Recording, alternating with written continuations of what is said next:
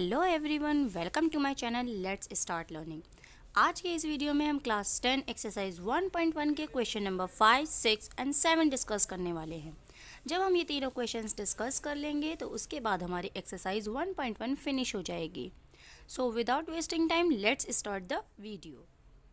Question number 5, check whether 6 raised to the power n can end with the digit 0 for any natural number, which means आपको क्या find out करना है कि जब आप इसको एक्सपेंड करते हैं, मतलब मीन्स n की जगह पर जब आप कोई भी नेचुरल नंबर रखते हैं और नेचुरल नंबर रखने के बाद जब आप उसकी वैल्यू निकालते हैं तो क्या वो वैल्यू 0 पर एंड हो सकती है या नहीं, ये आपको चेक करना है। तो चेक करने के लिए हम क्या करेंगे, यहाँ देखिए 6 raised to the power n लेंगे हम। अब आप ज़रा 6 के फैक्टर्स करके देखिए। 6 के जब आप फैक्टर करेंगे तो 2 3 ज़ा 6 and 3 1 ज़ा 3, which means you have two factors, the one is 2 and the second one is 3.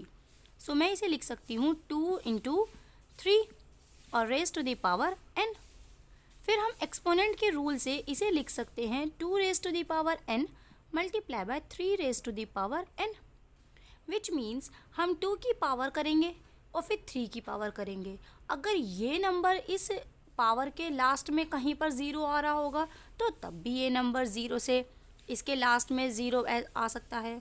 अगर इस नंबर की पावर पे जो हम एक्सपेंड करेंगे उसमें अगर 0 आ रहा होगा तो भी इसके पावर में 0 आ सकता है। तो चलिए स्टार्ट करते हैं। 2 raised to the power n को सॉल्व करना। देखो मैं ऐसे लिख सकती हूँ 2 raised to the power 1 तो that is 2, 2 raised to the power 2 that is 4, 2 raised to the power 3 that is 8, 2 raised to the power 4 that is 16, now 2 raised to the power 5 that is 32। यहाँ देखिए जब 1 power थी तो last digit 2 आ रहा था, 2 power थी तो 4, 3 था तो 8, 4 पावर थी तो लास्ट डिजिट इज 6। अब जैसे ही हमने 2 की पावर 5 की तो लास्ट डिजिट पहले से फिर से वही आ गया जो फर्स्ट में था, विच मीन्स इसकी तो एक्सपेंडेशन में कहीं पर भी 0 नहीं आ रहा है। तो अब आप करिए 3 का एक्सपेंड। तो हम यहाँ लिख सकते हैं 3 raised to the power 1 is 3, 3 raised to the power 2 is 9, 3 raised to the power 3 is 27, 3 raised to the power 4 is 81 and 3 raised to the power 5 is 243। अब यहाँ देखिए फिर से हमने जब पावर 1 की थी तो तब 3 आ रहा था और जब हमने 3 raised to the power 5 की तो भी इसका लास्ट डिजिट 3 ही आ गया, इसमें कहीं पर भी 0 नहीं आया। तो जब हम 2 की पावर कर रहे हैं तब भी हमारा कहीं 0 नहीं आ रहा है लास्ट डिजिट, और जब हम 3 की पावर कर रहे हैं तो भी हमारा लास्ट डिजिट 0 नहीं आ रहा है। तो इसका मीनिंग क्या हुआ कि 6 raised to the power n जो है उसका लास्ट डिजिट 0 नहीं होगा। तो इसी को आपको इंग्लिश में लिख देना है। सो यही हमने लिख दिया है क्योंकि 2 raised to the power n और 3 raised to the power या फिर दोनों ही never ends with the digit 0, so that's why 6 raised to the power n cannot end with the digit 0. Okay, now let's start its question number 6. Question number 6, explain why 7 into 11 into 13 plus 13 and this number are composite numbers। आपको ये explain करना है कि ये दोनों numbers composite numbers क्यों हैं। तो चलिए स्टार्ट करते हैं। इसका फर्स्ट नंबर लिख लेते हैं 7 into 11 into 13 and plus 13। ठीक है, तो चलिए देखिए ये एक नंबर है देन प्लस ये एक टर्म है, इन दोनों टर्म्स में कुछ कॉमन आ रहा है, यस दैट इज़ 13। तो 13 अगर कॉमन आ रहा है तो आप 13 कॉमन ले लेंगे। यहाँ हमने ले लिया 13 common.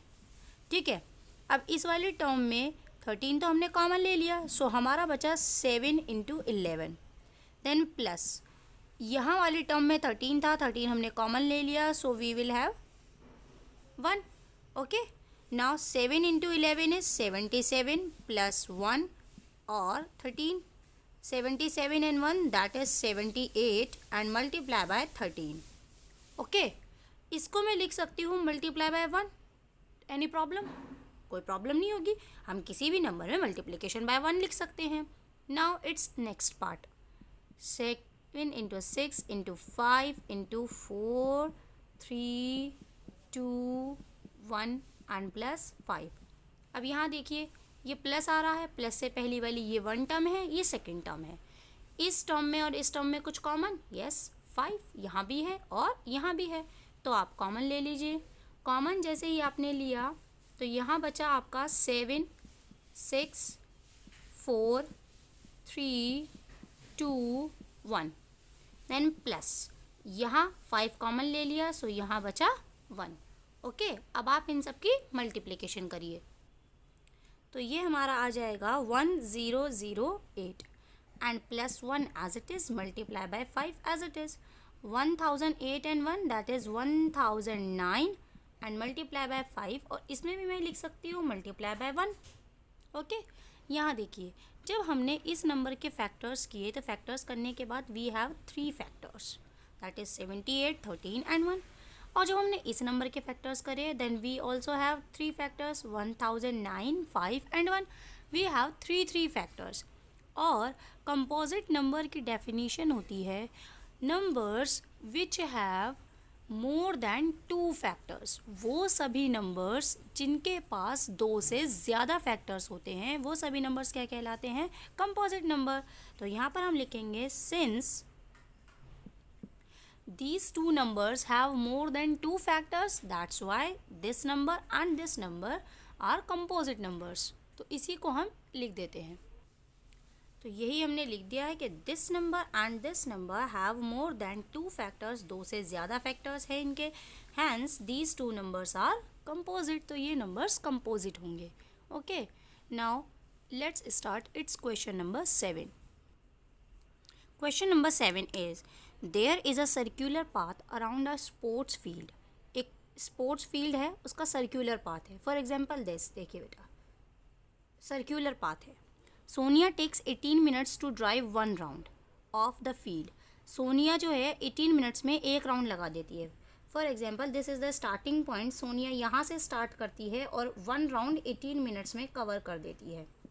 Okay, now while Ravi takes 12 minutes for the same. अब रवि कितनी देर में कवर कर लेता है, 12 मिनट्स में।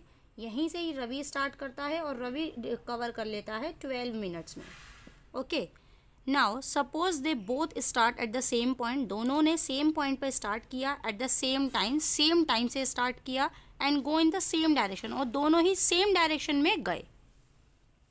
अब आपको क्या बताना है, आफ्टर हाउ मैनी मिनट्स, कितने मिनट्स के बाद will they meet again at the starting point. For example आप देखो इसे इस तरीके से समझिए, सोनिया स्टार्ट करती है, सोनिया एक राउंड 18 मिनट्स में लगा लेती है तो 2 राउंड्स लगा लेगी, 36 मिनट्स में ऐसे ही 3 राउंड्स लगा लेगी। वो राउंड लगाती ही जा रही है। सेम ऐसे ही रवि भी राउंड लगा रहा है।